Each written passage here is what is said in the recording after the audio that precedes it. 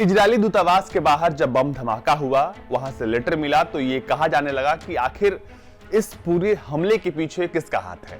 कहा जा रहा था कि ईरान का हाथ है और ऐसा उस पत्र में दावा भी किया गया है। जो लेटर मिला है उसमें यह कहा गया है कि ये सिर्फ एक ट्रेलर है। लेकिन इस जो रसाकसी चल रही है ईरान और इजराइल के बीच, इसको अगर समझना है तो आपको इसके इतिहास के बारे में जानना होगा। इतिहास वो कि आखिर क्यों ये दोनों देश एक दूसरे के खून के प्यासे हैं।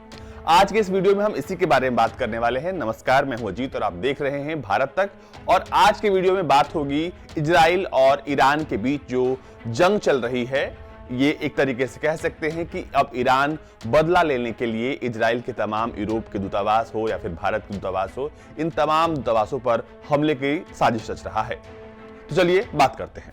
जब इजराइल का जन्म हुआ साल 1948, उस वक्त से लेकर अब तक वो हमेशा मुस्लिम देशों के निशाने पर रहा है। इजराइल दरअसल एक ऐसा देश है जो कि चारों तरफ से मुस्लिम देशों से घिरा है। इस वजह से भी धार्मिक जो यहाँ पे यहूदी रहते हैं और यहाँ पे मुसलमानों का देश है, तो इस वजह से भी थोड़ी टकराव की स्थिति बनी रहती है। लेकिन शुरू से ही जो मुस्लिम देश हैं वो इजराइल का विरोध करते रहे हैं। लेकिन इजराइल एक छोटा देश होने के बावजूद काफी ताकतवर है, परमाणु शक्ति से लैस है और इसके अलावा यहाँ की जो सैन्य शक्ति है वो काफी अभेद्य है। उसको देखते हुए इजराइल को अगर हम कहें तो इजराइल छोटा होने के साथ साथ एक बहुत ताकतवर देश है। लेकिन मुस्लिम देश हमेशा इसे दबाने की कोशिश करते रहते हैं।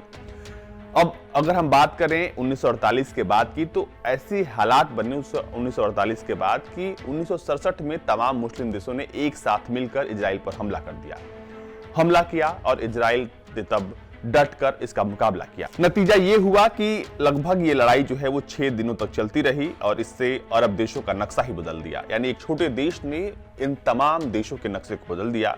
छोटा होने के बाद भी ताकतवर देश इजराइल ने मिस्र, सीरिया और जॉर्डन को अपनी सीमाओं से पीछे धकेल दिया। इस युद्ध में इजराइल की ताकत से घबराए देशों ने अमेरिका और संयुक्त राष्ट्र के कहने पर उस समय तो चुप्पी साध ली, लेकिन भीतर ही भीतर उनका गुस्सा भड़कता रहा। इस लड़ाई के बाद हुआ ये कि तमाम मुस्लिम देश जो हैं इजराइल के कट्टर दुश्मन बन गए। उन्होंने इजराइल पर कई तरह के प्रतिबंध लगाए। लेकिन साल 1989 में मिस्र पहला देश बना जिसने अपनी दुश्मनी को भुलाकर दोस्ती के कदम आगे बढ़ाए। उसके बाद बारी आई जॉर्डन की और अब तीसरा देश जो था इसमें यूएई बना था। यूएई के राजकुमार ने हाल ही में इजराइल से बातचीत की थी। तब ये साफ हो गया था कि अब मुस्लिम देश जो हैं वो अपने पुराने रोष को जो है भुलाकर अब इजराइल से दोस्ती करना चाहते हैं। लेकिन इस दोस्ती के बीच ही अब जो नया आपने सीन देखा है वो बम धमाके का जो सीन देखा है, इस दोस्ती के बीच अगर आपने एक नया घटनाक्रम जो देखा दिल्ली में इजरायली दूतावास के बाहर जो बम धमाका हुआ, उसके बाद ये साफ हो गया है कि ऐसे अभी कई भी देश हैं जो कि इजराइल से बदला लेना चाहते हैं। दरअसल ईरान जो है अपने यहाँ के मोहसिन फाखरीजदोह और इसके अलावा कासिम सुलेमानी की हत्या का बदला लेना चाहता है। ईरान को लगता है कि इन दोनों टॉप लीडर्स, यानी एक न्यूक्लियर साइंटिस्ट और दूसरे जो थे वो टॉप लीडर थे वहां के सेना में, दोनों की हत्या में इजराइल का हाथ है और उन्होंने इसके लिए इजराइल को अंजाम भुगतने की भी चेतावनी दी थी। और अब आप देख रहे हैं कि क्या कुछ हो रहा है। हम बात कर रहे थे साल 1989 की ईरान क्रांति के बारे में। उस समय तक ईरान क्रांति का दौर जो था वो खत्म हो चुका था।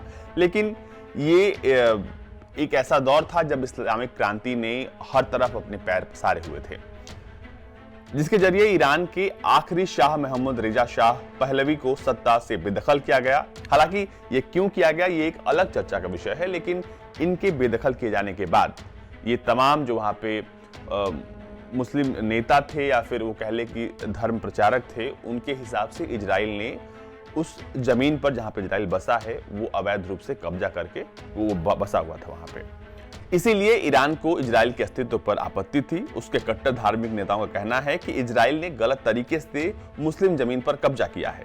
इसी कारण से इजराइल भी ईरान को अपने लिए संकट मानता है। हमेशा ईरान के परमाणु हथियारों से उसने लैस होने का विरोध किया है। ये जो पूरा घटनाक्रम था, इस सब के बीच कासिम सुलेमानी और मोहसिन फाखरीजदोह की मौत के बाद अब ईरान का गुस्सा फिर से उबल रहा है। ईरान चाहता है कि वो अपने यहाँ के 2 टॉप लीडर्स का बदला ले और अपने देशवासियों को ये संदेश दे कि हमारे यहाँ जो है लोग बदला ले सकते हैं, हम इजराइल का मुकाबला कर सकते हैं। लेकिन इन सब के बीच इजराइल जो है पूरी मुस्तैदी से ईरान का मुकाबला करने के लिए तैयार है, लेकिन ईरान एक जो गलती इसमें ये कर रहा है वो ये है कि इसकी वजह से एक अशांति आ सकती है पूरे विश्व में, और दूसरी बात ये कि ये तमाम देशों को एक युद्ध की तरफ धकेल रहा है।